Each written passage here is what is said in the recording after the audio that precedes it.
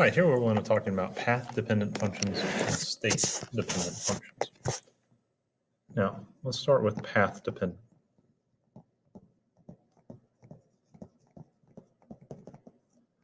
Path-dependent functions are those quantities that depend on the route taken. And so they have to depend on what route is taken.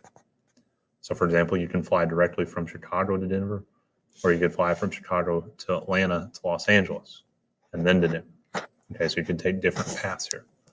And so some path-dependent quantities would be like miles traveled,